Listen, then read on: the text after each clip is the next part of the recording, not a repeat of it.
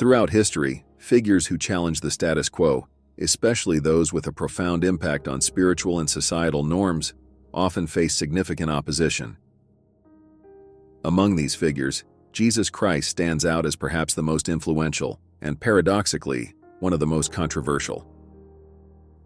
Even today, millennia after his earthly ministry, Jesus continues to evoke strong reactions ranging from fervent love to intense dislike. On one side, undisputed believers, and on the other, more skeptical atheists. Why is this the case? Why was Jesus, whose teachings centered on love, forgiveness, and justice, so vehemently opposed during his time, and why does he continue to be a figure of contention? The reasons are deeply rooted in the very nature of his teachings and the challenges they present to both individual lives and established systems. In today's video, we will uncover the reasons behind the animosity directed at Jesus during his lifetime and the continuing disdain in certain quarters today. With this discussion, we seek to understand why these dynamics is crucial for anyone seeking to follow Christ in a world where his message is still met with resistance. I invite everyone to take a moment to watch this full video, participate in the comments, and receive abundant blessings for you, your families, and friends. Stay with me until the end on this long journey of renewal, because today we will journey through the biblical narrative to grasp the profound reasons behind the hatred for Jesus and what it teaches us about commitment, faith, and enduring hope in the face of opposition. Before we continue, I ask you to subscribe to the channel so you don't miss any new video here on the channel. Here you will always find curious and intriguing themes with explanations and biblical references. Don't forget to like and comment. And if you like the video, you can share it with someone who might also like this biblical knowledge. Thank you so much. The animosity towards Jesus did not begin at a random point in his ministry, but was gradually built as he began to challenge the prevailing religious and social norms of his time. According to the Gospels, the turning point in Jesus' ministry, when opposition began to intensify into active hostility, can be traced back to several key moments. John 2 verses 13 to 16 describes Jesus' cleansing of the temple, where he drove out merchants and money changers, declaring, "Stop turning my Father's house into a market."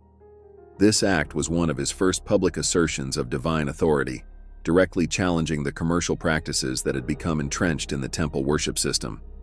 This bold move not only infuriated the religious leaders, but also set the tone for the conflict that would follow. As Jesus' ministry progressed, his teachings and miracles began to draw larger crowds, further alarming the religious authorities. His proclamation of being the Son of God, along with his authority to forgive sins, was seen as blasphemy by the religious elite.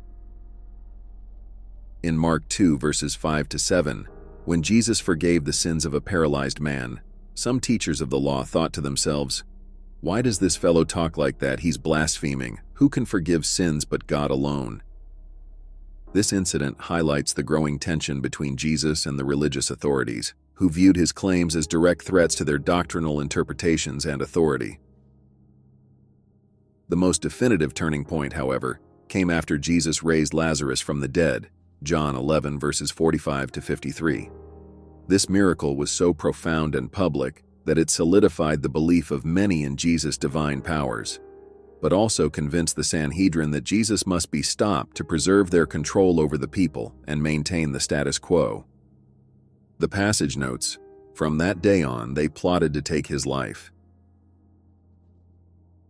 Jesus' teachings, which often included parables that criticized the hypocrisy and corruption of the religious leaders, along with his growing popularity among the common people, were seen as revolutionary and threatening to both the religious and political stability of Judea under Roman rule.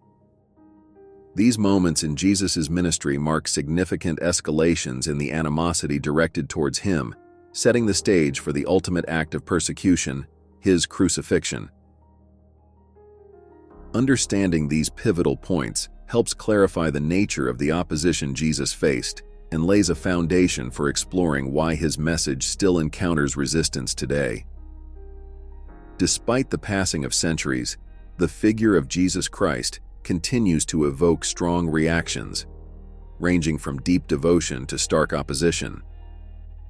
This enduring contention can be attributed to several fundamental reasons rooted in the nature of his teachings, the demands they place on individuals, and the threat they pose to established systems of power and belief.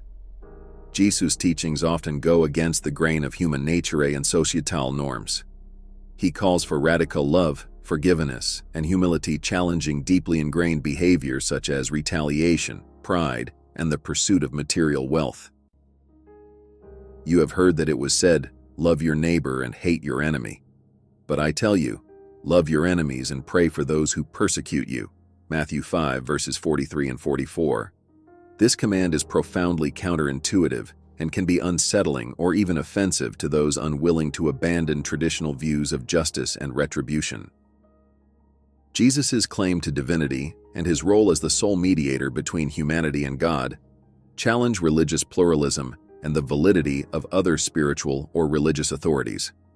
This exclusive claim, highlighted in John 14 verse 6, Jesus answered, "I am the way and the truth and the life.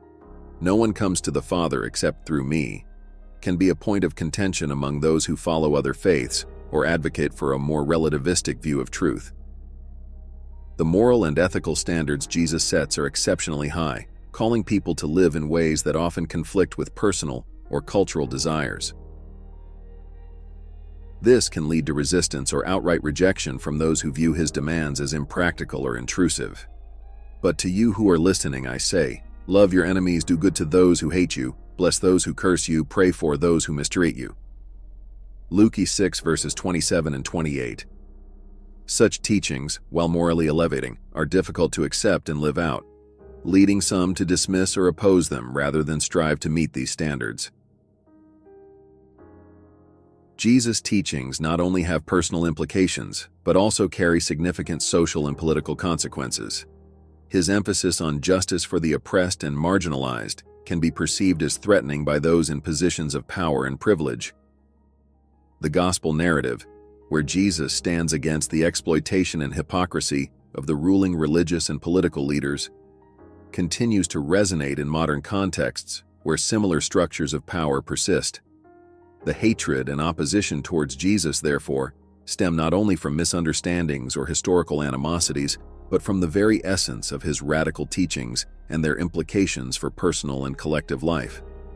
These challenges provoke a choice, either transformation according to his teachings or rejection to maintain the status quo. If you liked this video, I recommend that you watch the video that is appearing on the screen, where you will discover Satan's main weaknesses. Don't leave for later what you can know today. See you there.